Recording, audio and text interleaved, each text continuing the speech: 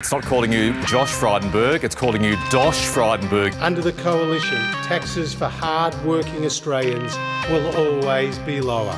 You know, I don't hold a hose, mate, and I don't sit in your control room.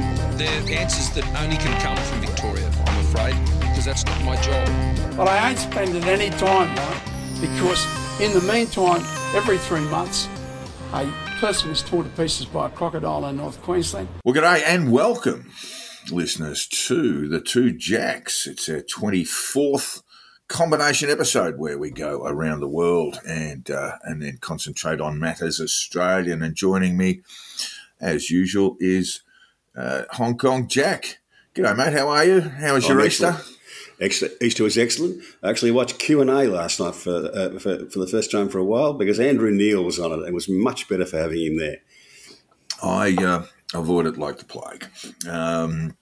I did watch the Four Corners for the first time in a long time because that was of interest to me.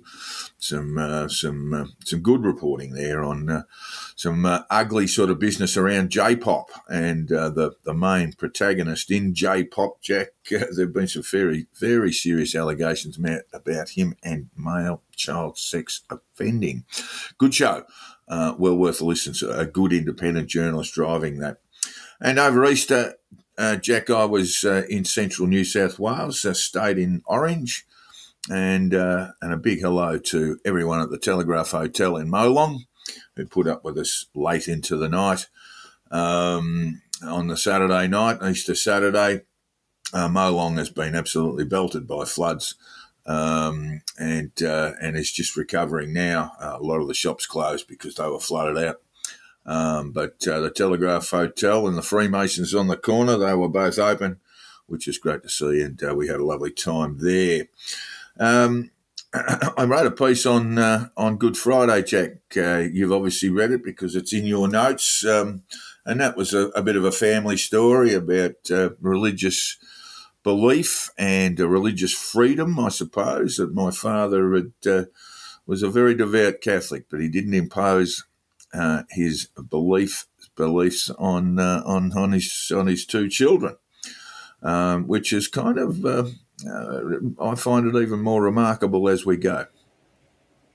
Yeah, well, I'm still a sort of a Catholic, and I've done the same thing with my kids. I just let them make up their own mind.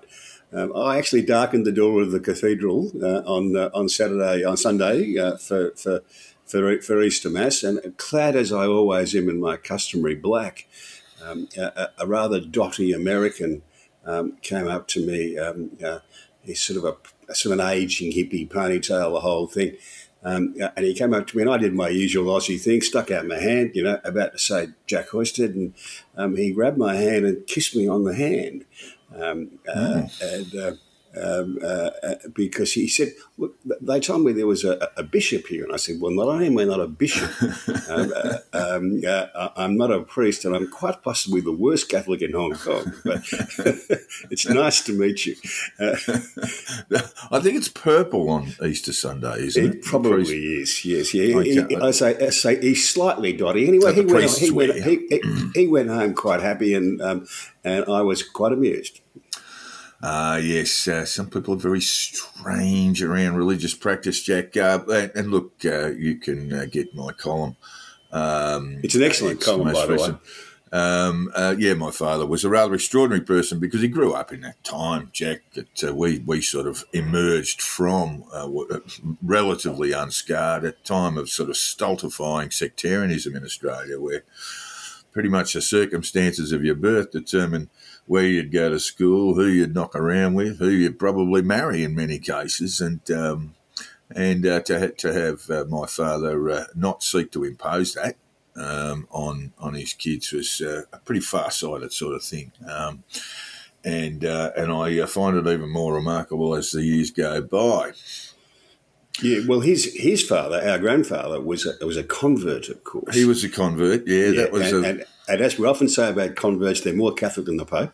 I think our grandmother played him on her birthday.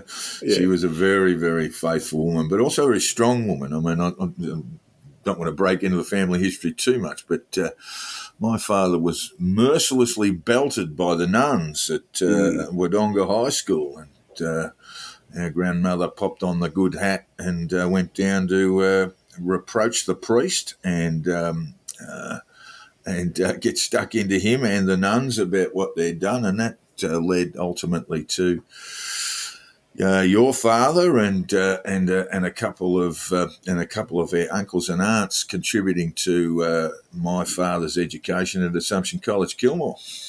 Yeah, well, our grandmother had a bit of standing in the church. Her sister was the head of the order of nuns who were running the particular school. She was a Carmelite nun, wasn't she? Yeah, yeah. A Brigidine nun. And going to see her in Beechworth was always a delight. You'd be taken into the nuns' parlour, the front parlour, and the highly polished table, and she would be sitting there, and she would have the transistor radio on, listening to the races, because her brother Paddy was a butcher and SP bookmaker in Wangaratta, and she had the phone beside her so she could lay a bed every now and then. She could lay a bed, yeah. I do remember that room, actually, and there was a harp in the corner, and that really caught my eye. Yeah. You don't see too many of them now. You don't see too many of them then. The same building is, I think last time I was in Beechworth, which is a long time ago, it had already been turned into a sort of an not Airbnb, but a kind of a private hotel place where you could wedding stay and stuff. Reception centre, that sort of thing, with accommodation. Yeah. Yes, all right. Well, that's enough about us, Jack, and our family. Our strange family. Strange family views. Well, when we're talking strange, Jack, there's nothing stranger than the Liberal Party. Just before we leave the strange family, the one thing that you did say, and I noticed, I actually read the comments, which I don't really do on your columns, but this got a lot of applause in the comments, and it should. Tolerance is not the easy acceptance of those that we agree with. If we are to be truly inclusive, then we must be accepting of people who hold different views to ours. Well done. Well, lovely words. It's actually quite difficult to do that, isn't it, Jack? Particularly when there are groups around who seek to impose their beliefs on others. Indeed. And seek to impose sort of social practices on others. That's when it gets very, very tough.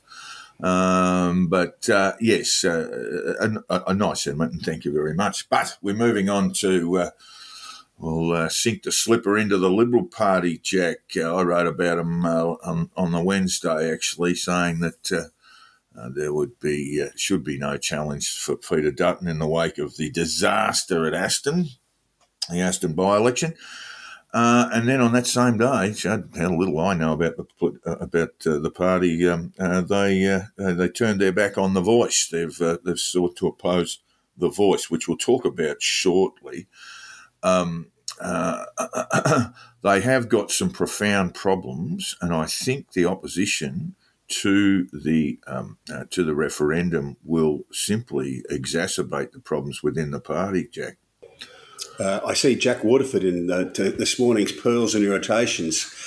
He's urging Albo to call an election to take advantage of their kick them while they're down. I think with the tone of the column. Might be a little bit premature if we remember Hawkey going to the people pretty quickly after his victory in '83, and almost came unstuck. Yeah.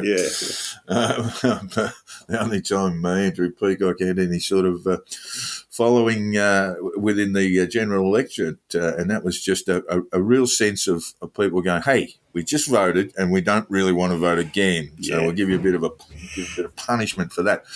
Yeah, look, there should be no challenge for Dutton. He is probably their best politician, but I really don't know where they're going. Chris Mitchell, as you pointed out in my notes here, Chris Mitchell did write a very good column yesterday, Easter Monday, where he drew out some of these larger problems that the Liberals have. In the top 50 seats by female professionals, the Liberal Party holds only 10, where previously it held 25. The Liberals hold only a fifth of all capital city seats federally, yet it is in the capitals that most Australian seats lie. Last year, the coalition lost nearly all its inner metropolitan seats, 6 to Labor, 5 to the Teals and 1 to the Greens. So there are some really big problems there, and they are what one might think partly down to an electoral cycle, but also I think they're more structural problems with the Liberal Party.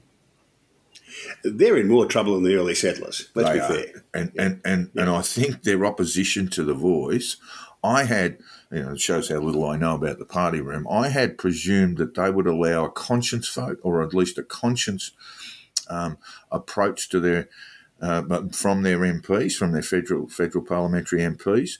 I had presumed wrongly, of course, because now they are opposing it. And that does take us onto the Voice. And I just want to quickly run through those people not in the Parliamentary Liberal Party who are stumping up for the yes vote, and that includes the most senior Liberal politician in the country at the moment, which is Jeremy Rockcliffe, who's a Tas Premier, who's said that he will continue to vote yes. The WA Liberal leader, Libby Mettam, who will also be supporting the yes campaign. The opposition is led essentially in Western Australia by the Nationals. Shane Love is their leader there, and he supports a constitutionally enshrined Indigenous voice. In Mr Dutton's home state of Queensland, LNP leader David Crisafulli said he still had an open mind, and that's the view of the Victorian Liberal leader John Pizzotto and Nationals leader in Victoria Peter Walsh. They have an open mind. Northern Territory Country Liberal Party leader Leah Finocchiaro, I think that's right, said her party was not opposed to the Voice but believes more detail needs to be given. We haven't heard from the New South Wales opposition. South Australian opposition leader, Liberal David Spears, is a supporter of the referendum. MP, we might call her a Maverick MP, Tasmanian Maverick MP, Bridget Archer, is one that said she will cross the floor. And it's almost got a bit of a split sense about it, Jack. I can't believe that they can actively campaign. I don't see that as a split. We'll have to see how it plays out. But I'm not as bullish on the Voice as a lot of people are. I don't think it's going to win. Yeah, you've said that. You made 2 weeks ago. Your impression is 40%. I think it's more 60 to 40 at the moment. Look, the thing that really caught me when Dutton spoke was he made this comment that Labor concentrates their efforts too much on capital cities rather than rural and remote areas. And he said, we, the Liberals, are the party of rural and regional Australia. And you think, gee whiz, Menzies would be just doing 360s in his grave if he heard that. I mean, the Liberal Party is the party of the suburbs. So it was an astonishing thing. It really was saying, look, we're basically going to forsake the cities. It really just struck me as incredibly dumb. And if they think they're going to succeed and win elections by winning seats essentially off the National Party. The National Party is the party of rural and regional Australia, by the way, not the Liberal Party. Where are they going to win? Are they going to win seats in Geelong? Are they going to win seats in Newcastle? Are they going to win seats in the Gold Coast? They hold one in the Gold Coast. They've got a couple in the Central Coast. I just thought this was some of the dumbest stuff I've heard. Well, I think they're a bit lost at the moment, but Dutton's a fairly good politician. He'll find his way again. Well, not if they give up the cities, mate. And if they're giving up the cities on the Voice, then they can't win. They really just can't win that. And the loss, and then we'll get back to Chris Mitchell's column now, who posed a question rhetorically, I suppose. How will the Liberal Party and Dutton look if the referendum succeeds? Oh, it'll damage them, but I think that's not going to happen. Well, yeah, okay. Well, let's assume that they do lose, that the referendum does get a no vote. We'll go through the polling and stuff in a moment. I don't see any upside either way for the Liberal Party, and I think this is, in my view, a long march, a long death march that may well see the party just descend into a sort of cricket team in the federal parliament in the next federal election. I believe 55% of Liberal voters are opposed to the voice. So Dutton's, in a sense, locked into the position he is. And that this is just going to have to play out. It does actually express a fair bit about, it shows us a fair bit about the party room too. So there would probably be, about 10 of the 50-odd in the federal party room who are moderates and who do support the voice. And then so in a sense he couldn't really do that. But why wouldn't he offer, a conscience vote? You do you to his parliamentary colleagues, Jack? Why wouldn't he do that? Oh, no idea what his thinking was. I'm not privy to that. I think he's just looking at it. I suspect he's looking at it and saying, well, 55% of our voters are opposed to it. We're putting up a counter proposal. We'll see how it plays out. Yeah, that 55%, by the way, that's not all supporters. There's National Party considerations there. There's also considerations from other right-wing parties. So we've also got a One Nation reflection in that 55%. You've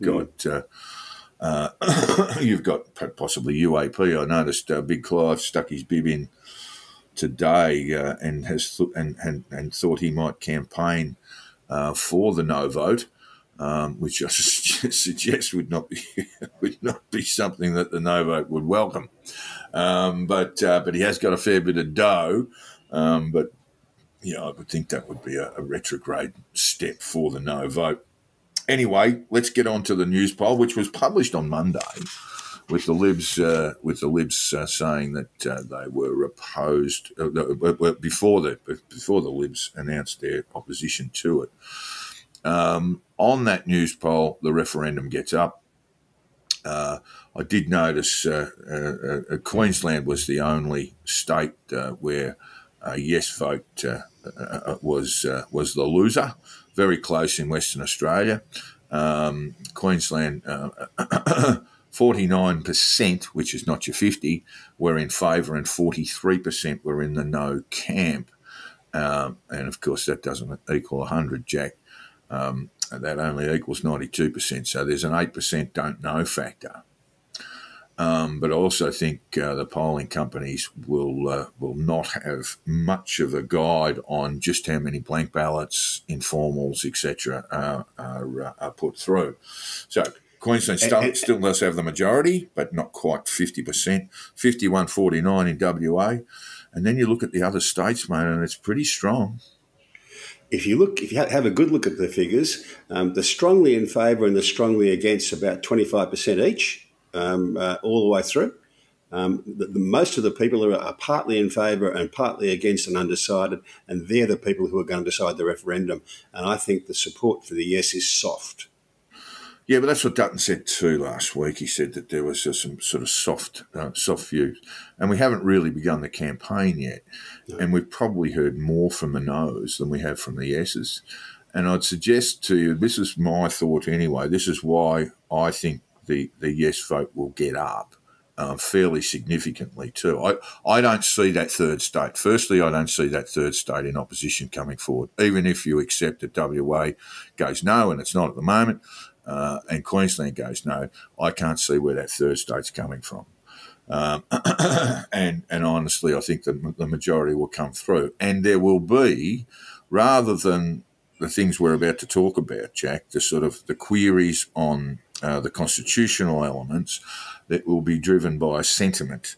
And that sentiment's yet to be seen, but it will involve people like Cathy Freeman, some of our Indigenous footballers, regardless of code, will be coming forward to support this. We'll see the big concerts, the big feel-good moments, the Peter Garretts, the Paul Kellys coming out. I think this will be driven largely by sentiment rather than the black letter law concerns. This is precisely what happened in 1999, the Republic election, and it lost. Well, it's not precisely, because you had essentially two camps there in the yes vote. There, you had one supporting a direct election of an Australian president, and the other one urging a parliament by a majority of 2/3 would elect or anoint or appoint a president. So there are really no splits in this camp. What would the no vote? just delve yourself into the advertising world, Jack, and how would the no vote go about prosecuting their case? I don't think the no vote has to prosecute a case. The onus is on the yes vote entirely. And the reason I think they're going to fail, the biggest single reason they're going to fail, is because of the way they're approaching it. They are telling people, if you don't support the yes vote, you are a bad person. Now, I think people will resent that. People will resent that and vote no. I don't see that at all. I don't see that in any of the rhetoric coming forward. What I do see from the no people, including Warren Mundine, who I know well, Warren is saying, this will establish a new level of bureaucracy. I see things like, this is a perfect constitution, so we shouldn't be messing with it. I think that if I was going to be writing their campaign for them, Jack, it would be of the if you don't understand it, don't vote for it type. That's where I think they don't hold the onus. They haven't got to win the vote. The yes people have got to win the vote. Well, no, because what we've seen with the polling so far, you might say that there's self-support, and it's probably true because we haven't seen detail, we haven't seen the big campaign yet. But they really need to they're coming from behind, Jack. That's the point. So if they want to succeed, they will need to make their case, and that's what I think it'll be. That will be, if you don't understand it, don't vote for it. Well, they've got to make their case a lot less than the yes people do, because they really have to make a case of why are we doing this. When push comes to shove, when people are asked to change the constitution in Australia, they tend to say no, unless there are overwhelmingly good reasons to say yes. And I don't think the yes case is making that out, and I think their approach is wrong. But there we go. If I was running the yes camp, Jack, it's a simple matter of, it's about time we had reconciliation with First Australians. And that would get a majority view. The proposal as put, I don't think will. That would be how I would be approaching that. And this is a pathway to reconciliation that has been recommended by the most senior Indigenous political protagonists in the country, with one or two exceptions.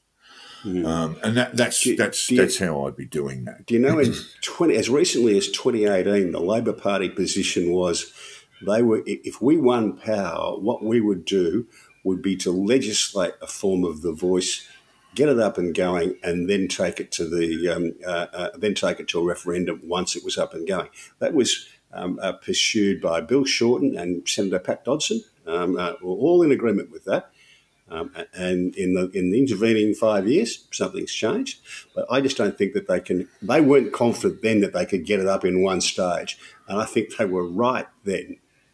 Well, the recently departed Unipingu, I note the conversation he had with Albanese. We know a little bit about that. The last telephone conversation he had with Albanese, and Unipingu said at that stage, he said to Albo, You did what you said you were going to do, and he sort of praised him because Unipingu was fairly used to being told one thing by politicians and then politicians delivering another.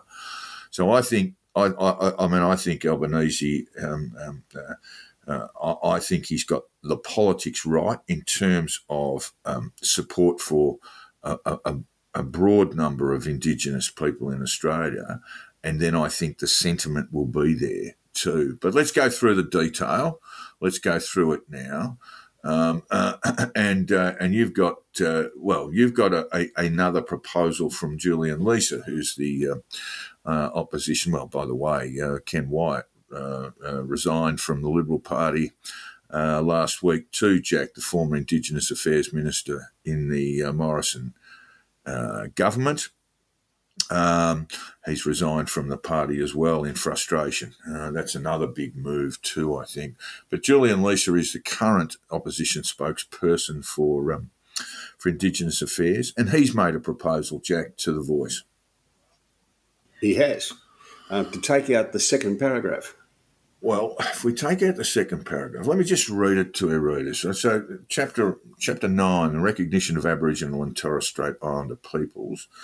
On 29, Aboriginal and Torres Strait Islander voice in recognition of Aboriginal and Torres Strait Islander peoples as the first peoples of Australia says there shall be a body to be called the Aboriginal and Torres Strait Islander voice. Item 2, which Lisa would want to remove, the Aboriginal and Torres Strait Islander voice may make representations to the Parliament and the Executive Government of the Commonwealth on matters relating to Aboriginal and Torres Strait Islander peoples. That's the one he would remove. And then we've got item 3, the Parliament shall, subject to this Constitution, have power to make laws with respect to matters relating to the Aboriginal and Torres Strait Islander voice, including its composition, function, powers and procedures. So that's the voice being set up in a legislative framework. But if you take out number 2, you've got a voice that really doesn't have any power, Jack.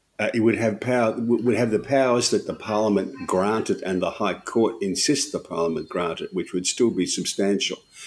But right, there's two problems with the voice, the current proposal, in my view.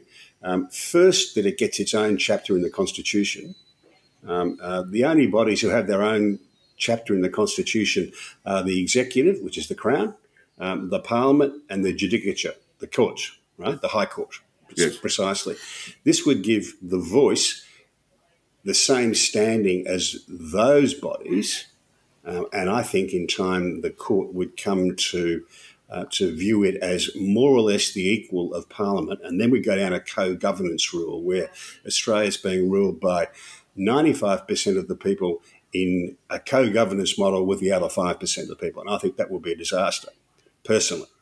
And the second problem is that the reason, and I suspect the reason why Lisa wants to take out the second paragraph is that as it reads at the moment, paragraph 3 says the Parliament shall, subject to this Constitution, have power to make laws regarding the voice.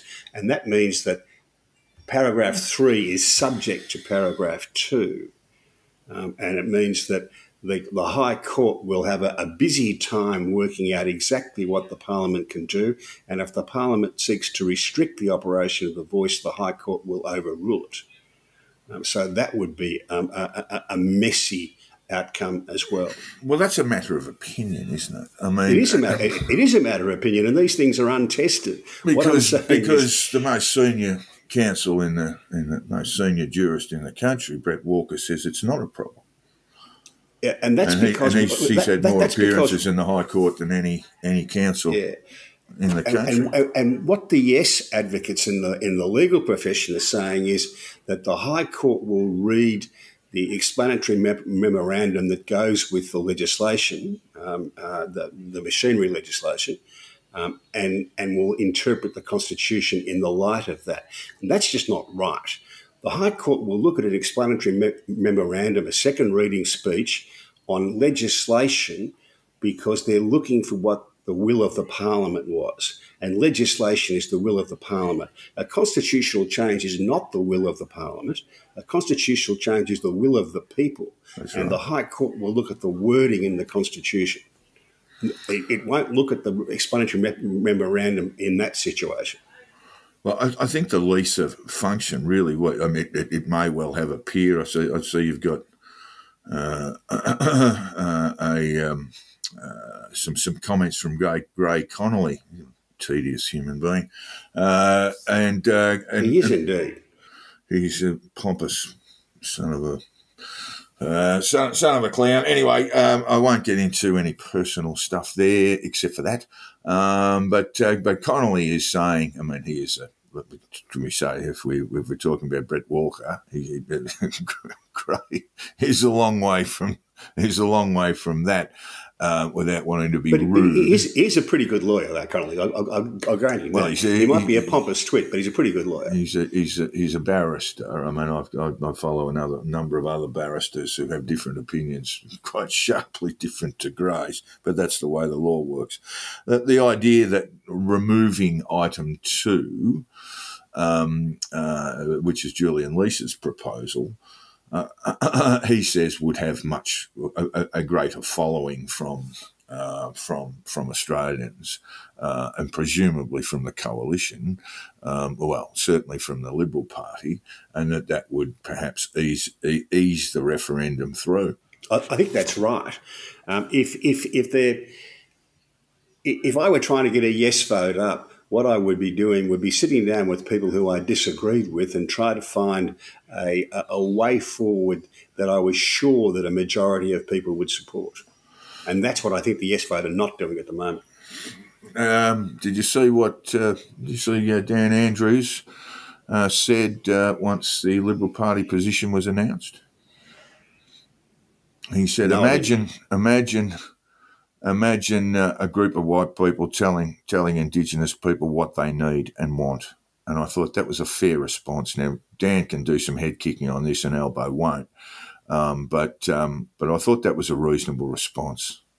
Look, that's good politics.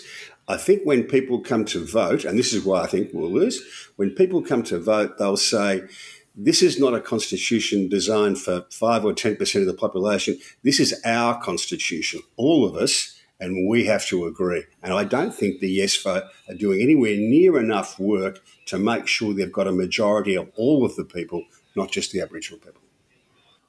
Well, the question then comes, Jack, what do we say to Indigenous Australians if the no vote gets up, if the referendum is quashed? What would we say? What would we say to Noel Pearson? What would we say to Marcia Langton? In fact, Marcia's told us, in fact, I imagine that most Australians who are non-Indigenous, if we lose the referendum, will not be able to look me in the eye.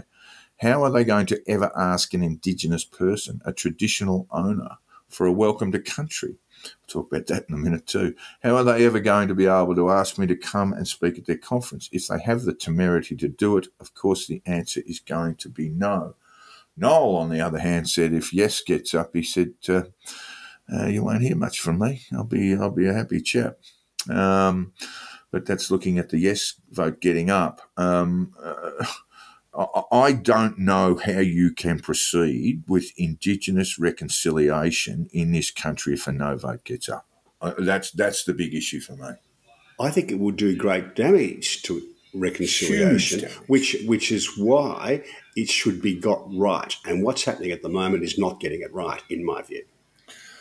All right, long way to go.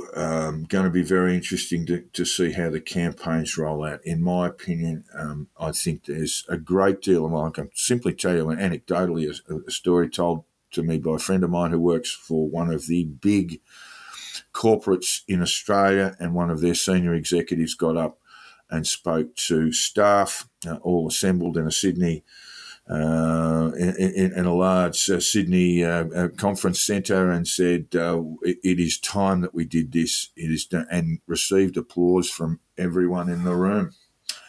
I think sentiment is on the side of the yes vote, and I think when we look at the composition of the no vote supporters, we're going to see a lot of old white men, Jack, just like you and me. Yeah, I can tell you anecdotally that I keep hearing from people in Australia who say, as a friend put it, after a few jars, they'll actually tell you they don't like the idea, but until then, they are afraid of being portrayed as a bad person, so won't publicise their view on it. Yeah, we'll see. We'll see. That's precisely what happened with the polling in the Brexit and Trump elections, is that people were underreporting their position because they didn't want to be seen as bad people. I think that's happening again here with The Voice. Yeah, we'll look at some more polling that's not, well, if we look at the news poll, of course, was done by a telephone that tends to take out that sort of response. The face-to-face polling of the kind that's done by Morgan might be a little bit different. By the way, I have seen a poll in WA that's pretty much 60-40 in support. I still don't see where they're going to get their third state from, the no vote, that is. Yeah, you said that. You said that, that's right. All right. We aren't in agreement about this, but I would like to see a Voice get up. I just don't think they're going about it the right way. Yeah, I understand. I understand your position. I think sentiment is going to drive this rather than a reflection on the complexities of constitutional law and the sort of the lawyerly approach. I think will get sort of stampeded a bit. Self-censorship, Jack. While we talk about these matters, Indigenous affairs matters, a 60th birthday lunch. Proceedings kicked off with a welcome to country. Yeah, some friends went to a birthday lunch down in the Shire, the whitest part of Australia, I've got to say. Right. In the Sutherland Shire, in the southern suburbs of Sydney. Yes. And it was at a bloke's private home. He's turning 60.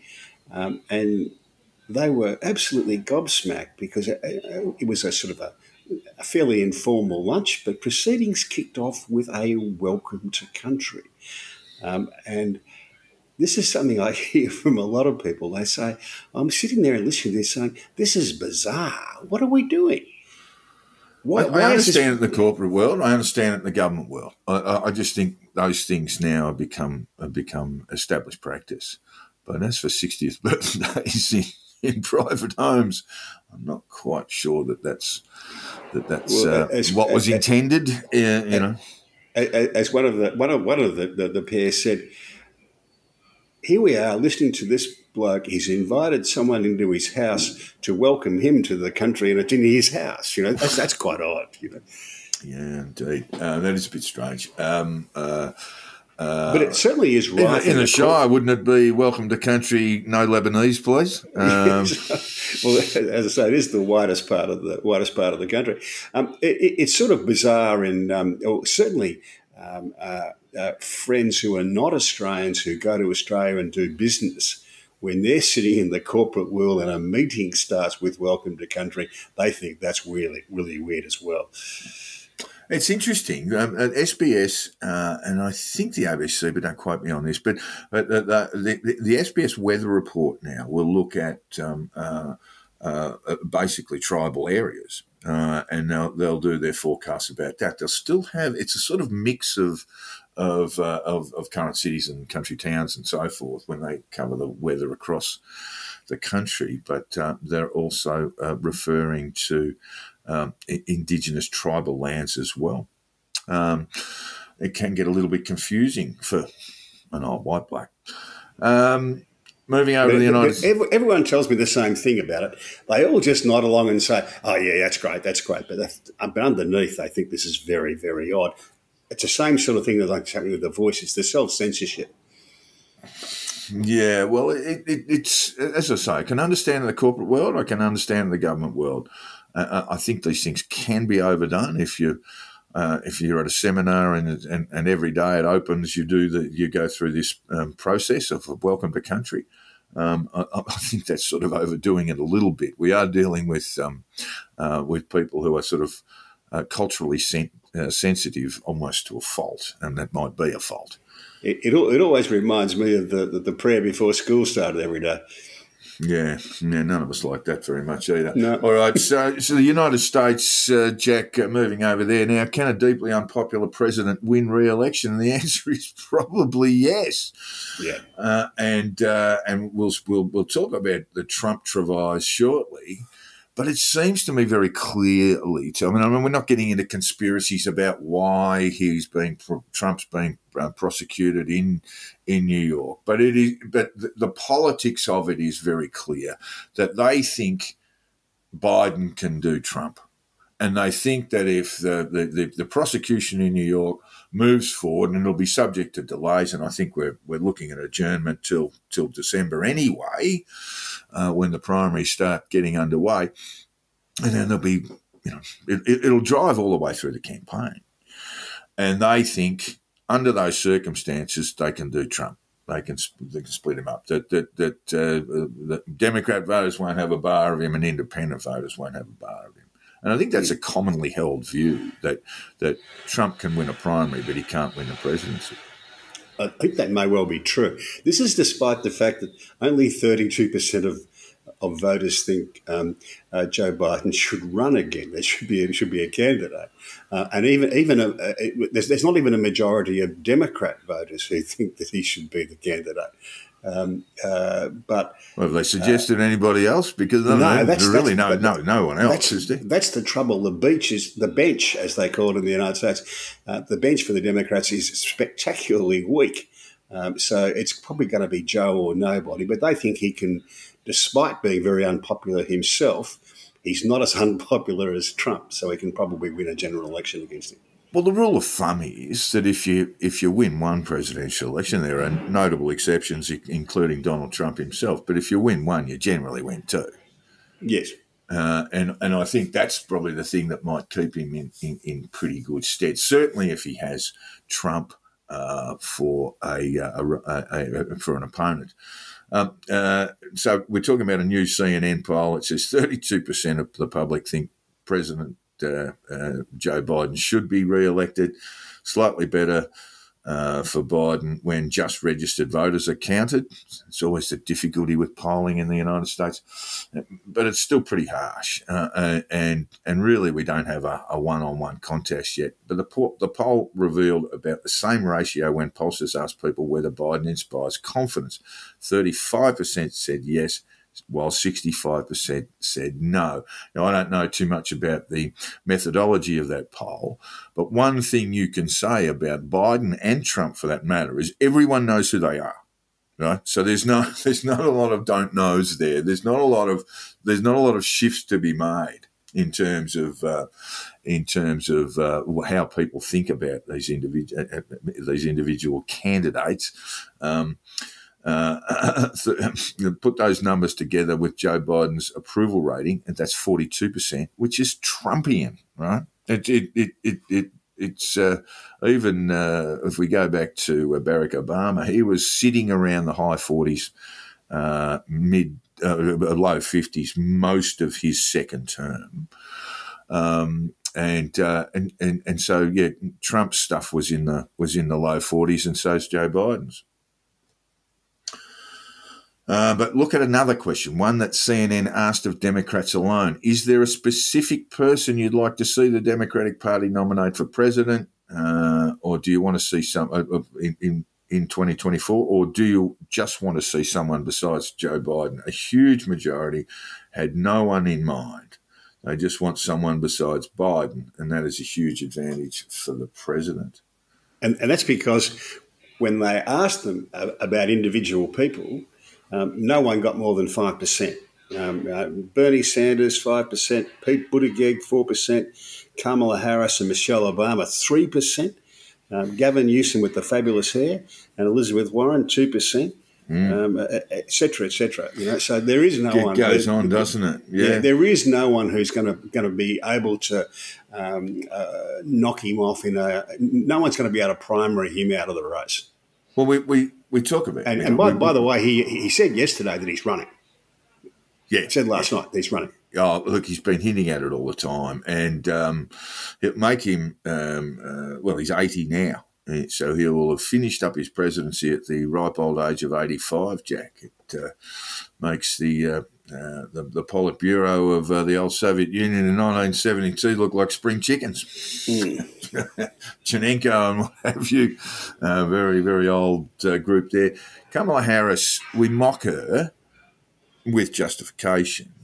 But she's unelectable for a very simple reason, and that is because she is a California Democrat, and they just don't resonate with in those states where elections are won in the United States, and that's essentially the Midwest and to a degree the Southwest. Yeah, there are a whole lot of things that make Kamala Harris unelectable. A lot of them can be fixed, but the fact that she's from California can't be fixed. She can't really do much about that. So what we're saying really is that the nomination is Joe Biden's, absolutely his if he wants it. Yeah. Yeah, there is nobody there who can take the nomination off him. The primaries would, the way I think of it now, looking forward over the next 12 months, is that he would run unopposed. That's what it looks like. But what if Biden faces Governor Ron DeSantis, who's yet to announce his intentions, but he is got the hand out for a lot of donations. So there's a lot of money coming through his hands to promote a presidential campaign. And the polling there in Real Clear Politics, which is analysis or analytic analysis of the average of polls around the country, put Ron DeSantis 2 points above Biden. It's not a lot, though, is it? And of course, DeSantis would have to win the Republican nomination, all while Trump is being prosecuted, I should say, in New York. Well, certainly the charges against Trump have given him a boost against DeSantis. And certainly I don't think there's any conspiracy from the Democrats to bring the charges. Clear about that. Personally, I think the charges are being brought because they're good for the career of Alvin Bragg. Well, they might be very, very bad for the career of Alvin Bragg but that's not what he thinks. If they don't get up. Oh, well, he must understand that this is a sort of winner. Well, not winner take all. If you lose this, if you fail with the prosecution, that's pretty much career done for. Don't believe that at all. That's why there's going to be no hearing until December. He doesn't want the thing to go to trial. He just wants to be the person who brought the charges. All right. Okay. Interesting take. I would have thought Alvin Bragg, if he cannot get this prosecution to work, if he can't get a guilty verdict, and that is going to take a long time, I would imagine that his career would be in tatters. No. He'll be the hero. I promised I'd bring charges against him, and I did. I'm the hero. Yeah, but he didn't actually do that, though, Jack. I mean, Alvin Bragg disposed of a lot of the things that Cyrus Vance was pursuing, and essentially said, "All right, let's just start again and look for where Trump may have." I know you disagree with this approach, but look for those areas where Trump may have broken the law, and increasingly this matter about the payments to. Not just to the porn actress. I can remember her real name rather than her Stormy Daniels. Yeah, Stormy Daniels. It's Stephanie Clifford is her real name. Yeah. If she chooses to identify as Stormy Daniels, she's Stormy Daniels. Keep up, Jack. You're not being woke enough. He campaigned for election to the DA on the basis that he would get Donald Trump. And it's not just me who thinks that that's the wrong way to go about an investigation and prosecution. That's just conventional legal theory that you're supposed to prosecute the crime, not the man.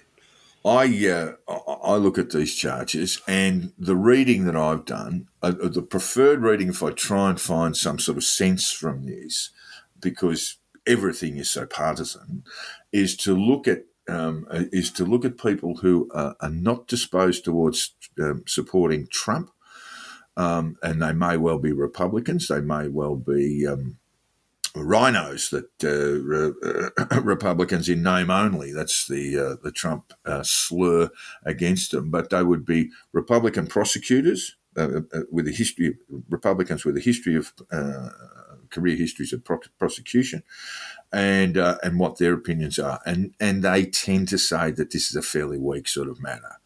So that's where I've been doing my reading in terms of just trying to get some sort of objectivity on it. The kindest thing I've read about it is that it's a novel legal theory. I've been reading the same in the same area, and even some Democrat people. It's hard to find a Democrat who thinks it's a good charge. Yeah, it does look. Anyway, we'll see how it goes. They put Capone away for tax evasion.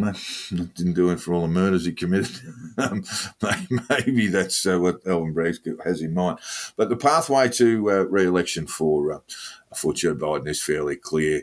The Democrat nomination is his, and then go on to beat Trump, because Trump will be the leading figure within the Republican Party. So flip that around for me very quickly, Jack, and tell me, what does the Republican Party do? Because they must understand the same forces are at work, that Trump may well win the primary, but he can't win an election. So are they on sort of death march themselves? No, that's the Republican voters are going to determine the outcome of this election. If they stick with Trump, then I don't think Trump will win a general election against Biden. Right. But what does the Republican Party do about that? And the reason for that is, as you said on a number of occasions, is that he is so annoyed enough of the independents and Democrats that he can't get a majority. But if they choose, say, a DeSantis, then I think he would win a general election against Biden. I tend to agree with you. Because he will be young, vigorous, and energetic, and Joe's increasingly past it. No, I agree with all of that. But what does if this really is, let's say, Trump's primary victory is locked in, and we're a long way from that, what does what can the Republican Party do in order to avoid a sort of death march towards a presidential election that they will lose? Well, they'll just lose the election. That's all. Yeah. Might have him whacked, Jack, pass the head around, have a bit of trip and fall accident. Didn't mean that. That's a bit silly.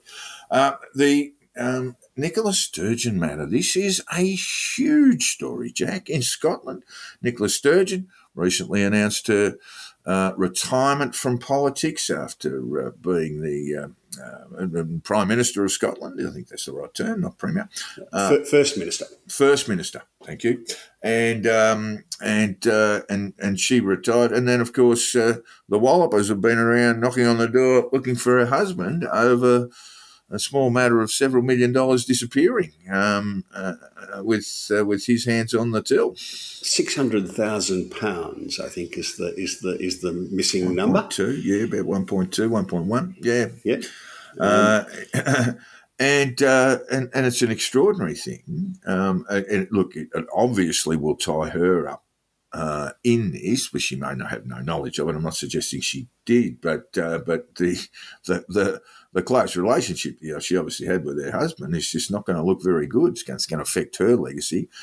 But the way in which the raid is conducted would indicate that her husband, Peter Murrell, isn't it? Peter Murrell. Yes. They got him banged to rights, mate. Well, you never know with these investigations, but it was a very odd thing when she resigned, because she was in a bit of trouble over a couple of things, but they didn't. She's a formidable politician. She is, most certainly. Nicola Sturgeon. And I couldn't quite make out why she was resigning over things that she could just work her way through, but perhaps she knew this was coming. Oh, there's no doubt in my mind that she knew this was coming. And you're right. I reflected on why she was retiring, and I'd come to the conclusion that she just had enough. I mean, sometimes, as Paul Keating said of his own prime ministership, sometimes you just run out of rocket fuel, and I thought that was why she was leaving. But prima facie, or just on the circumstances here, it would indicate that she was aware that her husband was under investigation. Yeah. It was very amusing the other day. The Wallopers were around there digging holes in the backyard, at the Murrell house. And some wag on Twitter said, "Is she on gardening leave?" And someone else topped that and said, it's beginning to look like an episode of Midsummer Murders, you know. Yes, and reminded me for some strange reason of Stevenson Street, Richmond, or now called Cremorne, where Dennis Allen's various residences there were levelled to the ground and dug up, going down about 2 or 3 metres.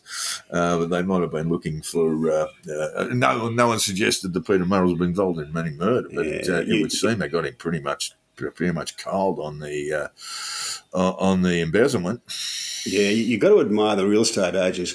It was never Cremorne when we lived in Melbourne. It's a bit like Queen's Park in Sydney that didn't exist until about 1993. You know? No, Queen's Park, yes. It's well, Sydney does have smaller suburbs, but my brother-in-law told me he'd moved down to Melbourne from Sydney. And I said, where are you living? He goes, Cremorne. I said, well, where the hell's that? He thought, he looked at me as if, like, you sure you're from Melbourne? Because, you know, Cremorne is Cremorne. And it's just this hoity-toity part of Richmond that a few developers have come up with. I'm sure it doesn't have its own postcode. Well, I had the same experience when one of my nieces moved there, and I had to look it up on the map. It used to be Stevenson Street. Stevenson Street runs straight through Cremorne, and some of the worst skullduggery known to man going on there with Dennis Allen and the lovely Pettingill family that have very quickly been forgotten. Jack, renewables. What do you got from Bloomberg there? You've got the world spent $1.1 trillion transitioning to clean power in 2022.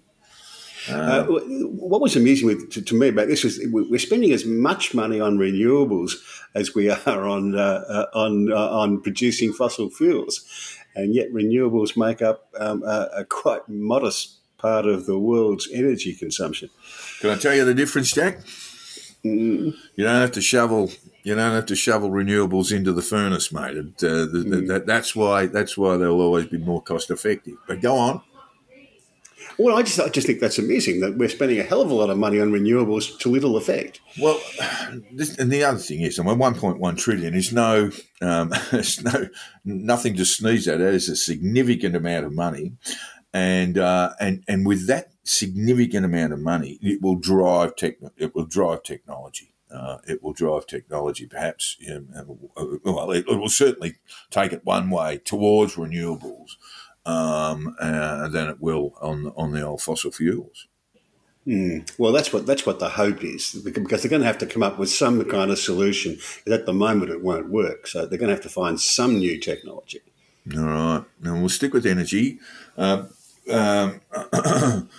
Nigel Lawson, who died this week. On Action for Climate Change. He noted that hundreds of millions of people suffered in dire poverty in the developing world, asking these countries to abandon the cheapest available sources of energy is, at the very least, he said, asking them to delay the conquest of malnutrition, to perpetuate the incidence of preventable disease, and to increase the numbers of premature deaths. Global warming orthodoxy is not merely irrational, it is wicked, said Nigel Lawson. That's a very marginal thing, but aren't we looking potentially at existential threats? Not much good saying, well, we've solved a lot of the preventable diseases, but your backyard is an inferno. We're not going to be able to persuade the poor people of the world to go along with us on this, I'm afraid. Look, it's always going to be the problem. We did look at, in an episode 2 weeks ago, we looked at the amount of consumption of fossil fuels in the developing world, including India, including China, and really renewables as a percentage has really just taken up that amount of electricity that's now being generated in the world that wasn't being generated 20 years ago. That's the sort of shape of renewables, but it is obviously looming with 1.1 trillion invested in 1 year. Now, Jack, the long table, we've often had a bit of a laugh that Vladimir Putin is likes to sit at one end of a very, very long table, which we opined was probably suggested it was just out of range of small arms. You couldn't hit him with a pistol from that far away. Or a Novichok jab, you know. Yeah, I can imagine. There'd be three people tasting his tea every morning. And this has come from a whistleblower, Jack. Putin, who portrays himself in public as a larger-than-life macho leader in the mould of Peter the Great, is privately afraid of many things, feeling surely heightened now that his country is engaged in a full-scale war. The high-ranking Kremlin defector, Karakulov, said he had never seen Putin use a cell phone or the internet, leaving, you'd think he'd be in a few chat rooms, wouldn't he, Vladimir? But no. Use a cell phone or the internet, leaving him to rely on his confidants for information. He avoids flying and instead travels by armoured train because he's worried his plane might be shot down by a missile. They actually can hit trains too, these missiles, Jack. But anyway, Putin is also said to be terrified of catching COVID. We still have a self-isolating president, the defector Karakulov said. We have to observe a strict quarantine for 2 weeks before any event, even those lasting 15 to 20 minutes. Wow, that's crazy, isn't it? It's certainly bizarre behaviour, isn't it? It's certainly very strange. And, you're just not going to get any sort of outside advice that way. And, indeed, if you do get some advice that you don't like, you're probably going to get rid of it fairly quickly. And I do believe there was another trip and fall accident among one of the former powerful figures in Russia just last week, another oligarch gone to God. Bad luck seems to follow them around, doesn't it? Yeah, it really is. Look, it's no laughing matter. I mean, some of the things, some of these state-sponsored murders are absolutely appalling and have involved family members in some instances where young children have been killed and then explained away as sort of murder-suicides. But what is happening in the Ukraine, Jack, it's a bit of you wouldn't call it a lull, but in my reading just recently, it would indicate that the Ukrainians are far more confident on the Eastern Front than they were perhaps a month or 6 weeks ago. Yeah. If you read a fair bit of the Western media, you would think that the Ukrainians are winning this pretty comfortably, but it just doesn't seem to be this case. Obviously, fierce fighting in and around Bakhmut, and with what I meant that it was look more optimistic is that 4 to 6 weeks ago that city looked like it was ready to fall, but it seems not to be the case now. But the Ukrainians aren't making any ground. They're not really making any ground. We are talking about a bit of a quagmire, and the thing that may change that, and it's something I've talked about a bit, is the M1 Abrams tank, Jack, which will come into really as we enter the European summer, northern summer, over the next couple of months. M1 Abrams tank will change the equation on the battlefield. Faster, more manoeuvrable, longer range. That should make a big change to things. Meanwhile, Jack, in foreign currency reporting, have you got a stack of yuan under the bed? Big shoebox full of it? Well, we use the Hong Kong dollar, which is actually pegged to the US dollar. No, yes, it's here in Hong Kong. Yeah. It's a floating peg, but it's pegged pretty closely to the US dollar. Yeah. And the mainland authorities have been reasonably content for that to continue, because a fair bit of the money that comes out of China comes through Hong Kong, including from senior people in the government, etc. and there are conveniences in having a pretty much a dollar-based economy here. But yes, there are some countries are moving away from the dollar, or keen to move away from the dollar. Notably, the Russians are now. Russia's becoming an RMB economy rather than a dollar economy. Look, there's a very good argument to be made, and I think this will go on, is that Russia is actually a satellite of China. I think that's kind of where we're heading. But there are developing countries as well that becoming more dependent on, well, not dependent, but are trading in forex, using yuan as their base rather than the American dollar, Jack. Yeah, it's still in its early stages, really, and it's going to be interesting to see how this plays out. But it's something we will keep an eye on. Well, the yuan surpassed the dollar in monthly trading volume in February for the first time. This is according to Bloomberg. This is in Russia. Oh, in Russia. Oh, yeah. I see. And the difference became more pronounced in March, according to data compiled by Bloomberg based on daily transaction reports from the Moscow Exchange. Before the invasion, the yuan's trading volume on the Russian market was virtually nothing. Saudi Arabia announced in January that it was open to settling trades in yuan. So that brings in some big forex transactions there.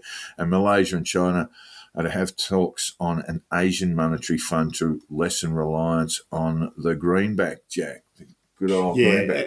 There hasn't actually been much real trading from Saudi Arabia, and the Asian Monetary Fund is still an idea rather than a reality. But as I say, it's something to keep an eye on for the future.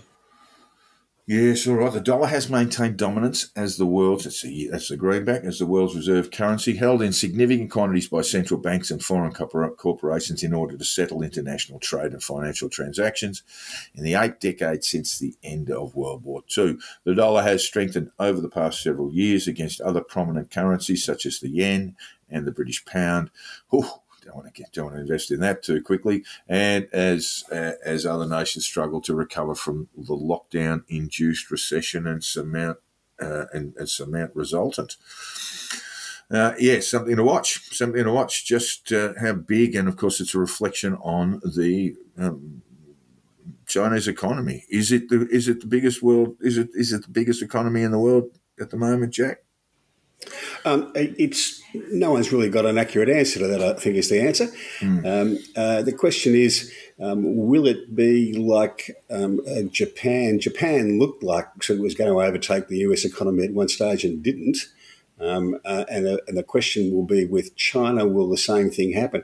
China's population is already in decline and will decline fairly quickly over the next 50 years. This is a sort of a lag result of the one China policy. Indeed, yes, that will have social consequences. So it was absolutely necessary to do because they needed to reduce their population under the force of things really in the 1990s, but it's going to have profound social consequences as we go forward.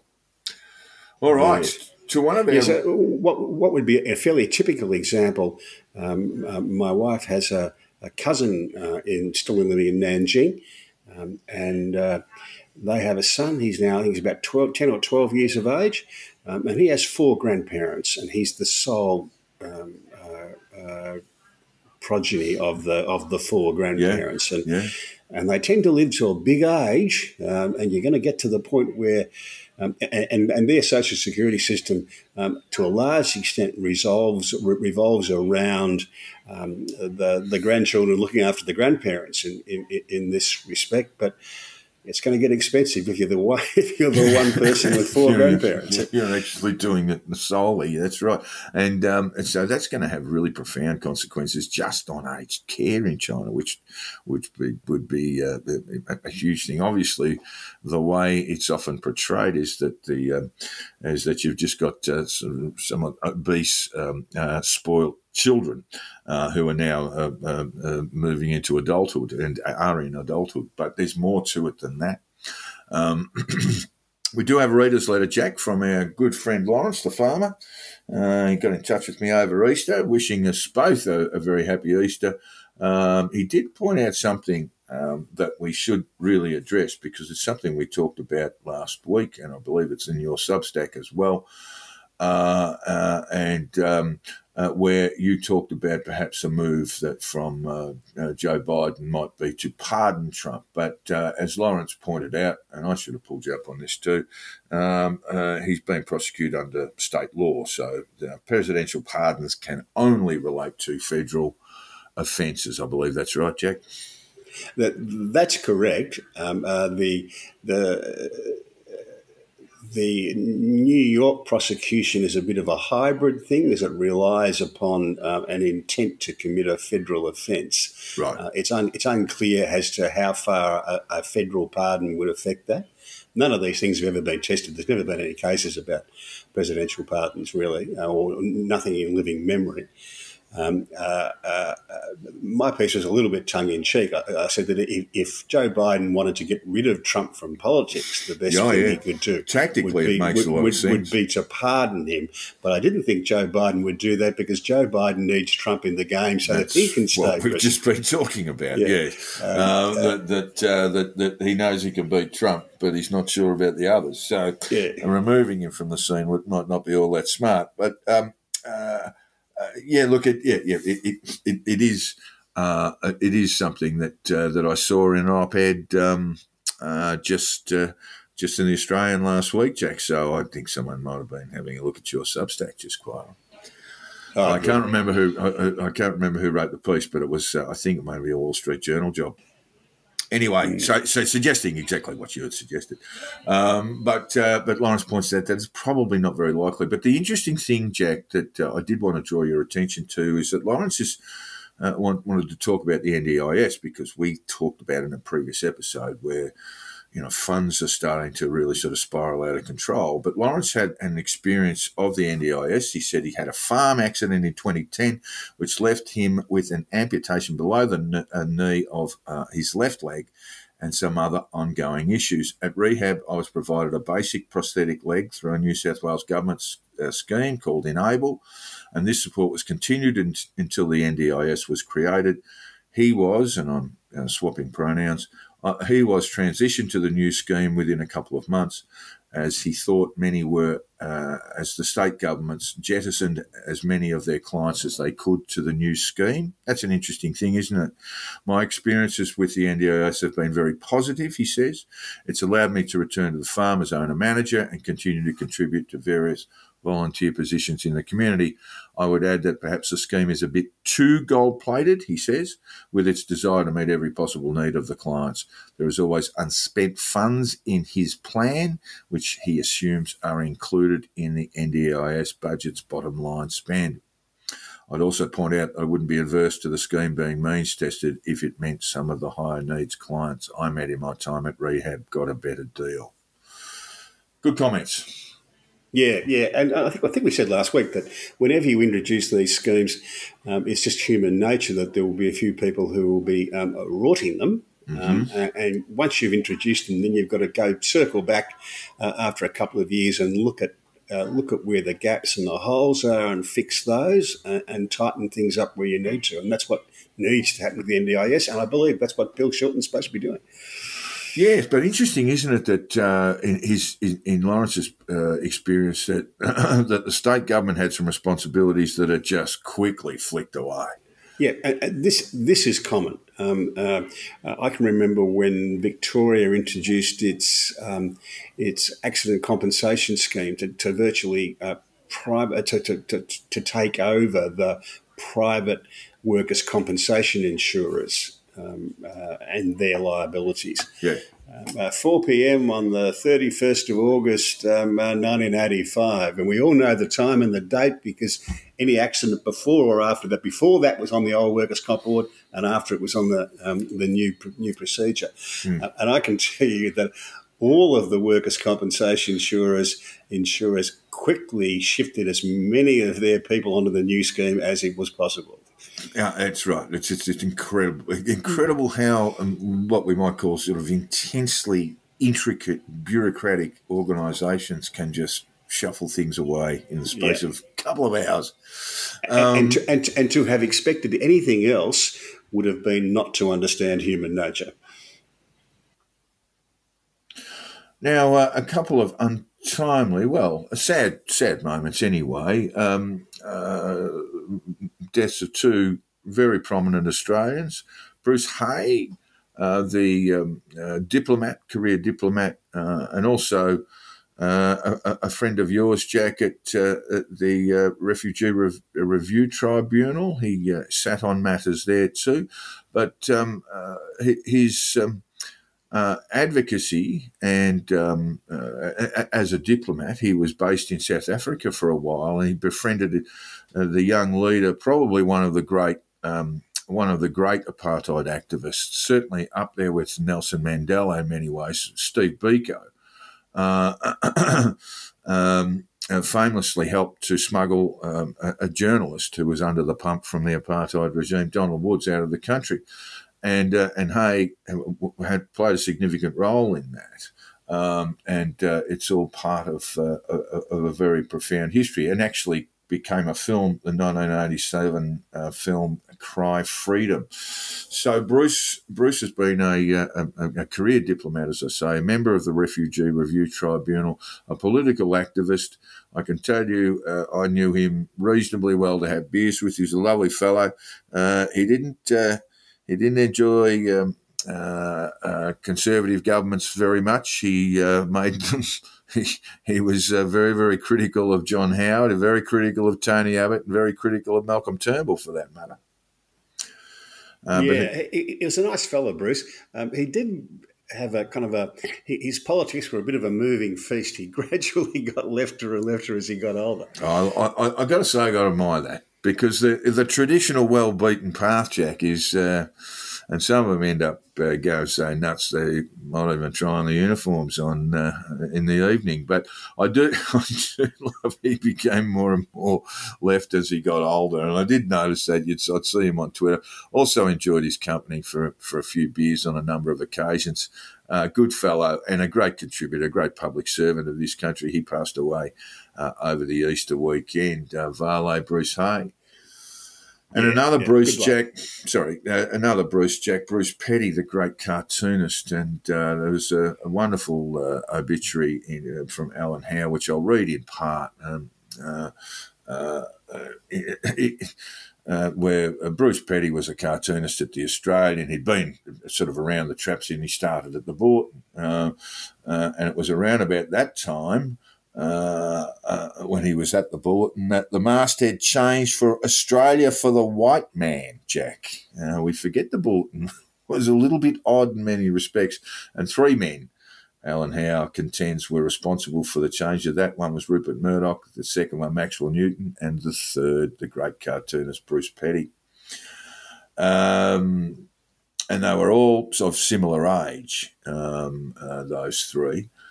Petty blazed a trail followed by the greats of this country's newspaper cartooning, including Larry Pickering, Bill Mitchell, Peter Nicholson, John Spooner, Bill Leake, and of course Bill's son Johannes.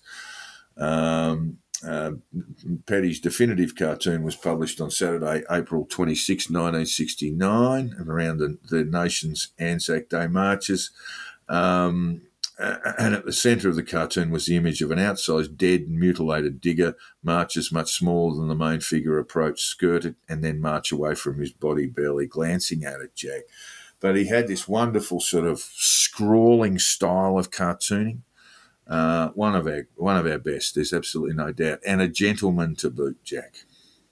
Yeah, never knew him, but I loved his cartoons. Yes, a great loss to the cartooning world. And I know a number of the cartoonists. In fact, it was Mike Bowers who drew it to my attention, and we agreed that he was one of our great cartoonists. And just to put it in some sort of context, if you're a great Australian cartoonist, you are a great cartoonist. We have a very profound history of excellent cartooning in this country. Political cartooning. A long history of excellent cartooning. Absolutely. And Australian cartooning is quite different to the stuff you might see in Europe, for example. The European cartoons will make a point. Australian cartoons will make points too, but they will make you laugh first. That's the difference. So you often see a lot of European cartooning very grim. But the idea of being a great political cartoonist in this country is to get away a good gag every day. Hard thing to do. Vale, Bruce Petty, and Bruce Hay, for that matter. Jack, the AFL, you have a look at the ladder and have a look at the top 8. Well, what's going on there? Well, I had a look at it and thought, who had the top 5 teams on the ladder being all Melbourne teams on their bingo card? You know. Well, my sporting soothsaying hasn't been all that flash, Jack, because I predicted St Kilda would finish on the bottom, and here we are 4 rounds in, and they haven't had a loss on top of the ladder. The Blues next after a somewhat shaky win against North Melbourne. They should have really punished North, but they didn't. They let them off in the last 10 minutes. Melbourne look very good, Jack.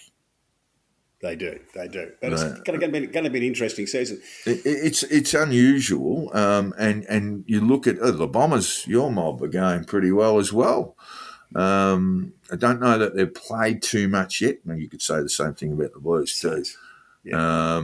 And we'll see how we go there. But I did see Jake Stringer let loose with a torp from on the run torp from about 65 and drilled it through.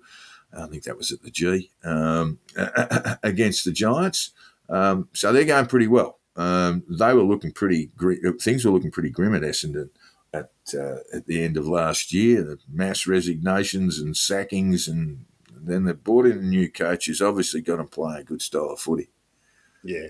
How well that will go, as a St Kilda mate of mine said, they look so much better.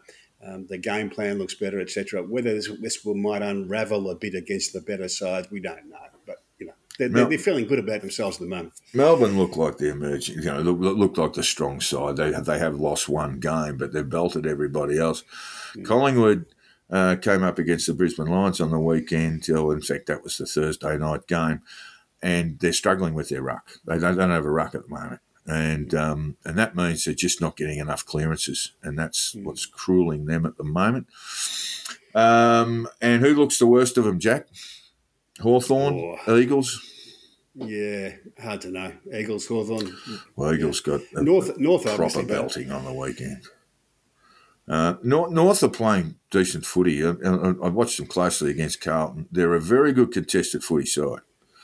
They might lack a bit down back. They certainly were outgunned in defence. Their two best defenders were missing. Yeah, they're missing a couple, including Harry's twin brother, Harry Mackay's twin brother, but and probably lack a little bit of polish up forward as well. And their gun forward, who's kicked a few goals this season, had a pretty bad cork and didn't have much impact on the game after that. But at the contest, they're very good. I was talking to a North fellow. He was here in Hong Kong. I saw him on Sunday, and he said he'd ponied up the last few years for tickets to Marvel for their home games. And he said, at least now we don't feel like leaving at halftime. No, they're having a dip and playing a new game plan, new coach, a developing list. You know they're going to go missing every now and then. Yeah. And that's what happens with emerging sides, but they are on the way up. In the NRL, Jack, the Raiders... They won 2 last year and they might win half a dozen this year. Yeah, that's the sort of progress you'd expect. We'll see how the Saints go, and the Bombers and the Blues for that matter. Raiders in the NRL...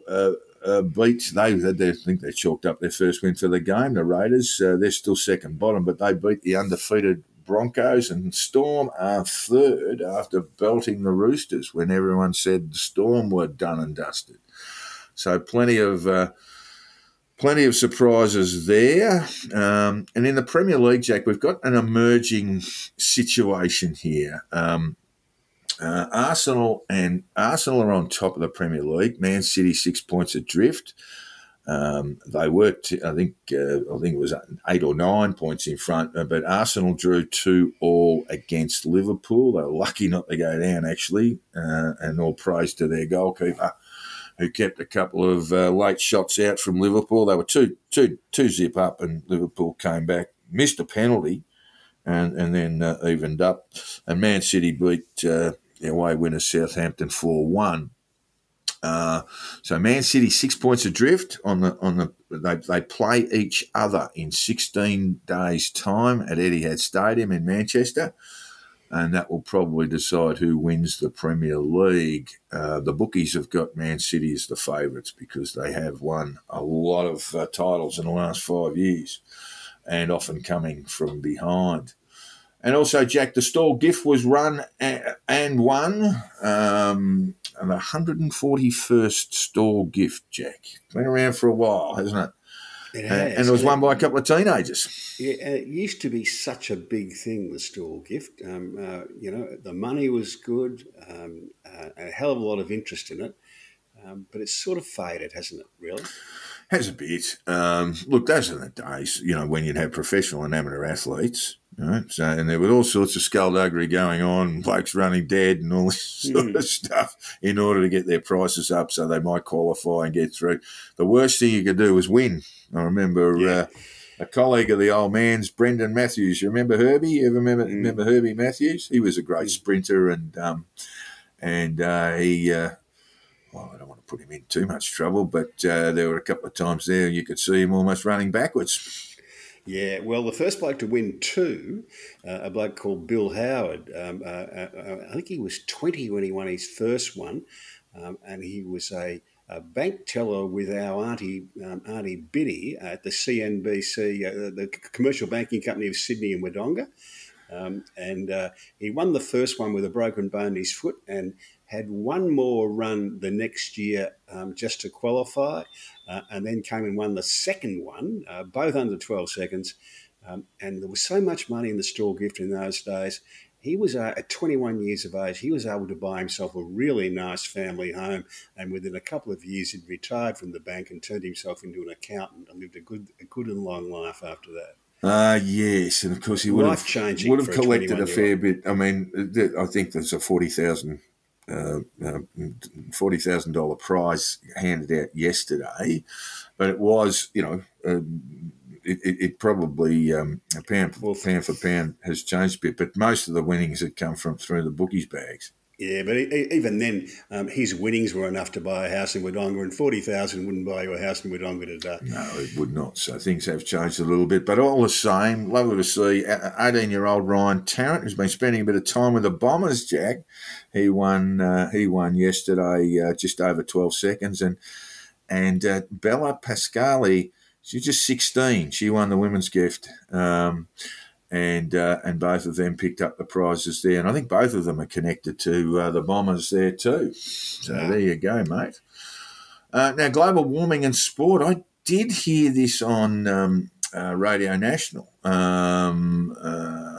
this discussion about how global warming was in a study conducted with Major League Baseball. This is the American Meteorological Society. Yes. And there's a whole lot of detail about it, but in short order, what they're saying is that with increasing temperatures, with global warming, there's going to be more home runs hit. That's right. And so you've got the MLB, Jack, which has got this profound database of statistics. There is no game more statistically analysed than baseball, Major League Baseball. And so, yes, we are saying the American Meteorological Society are expecting an increase of 10% in all home runs.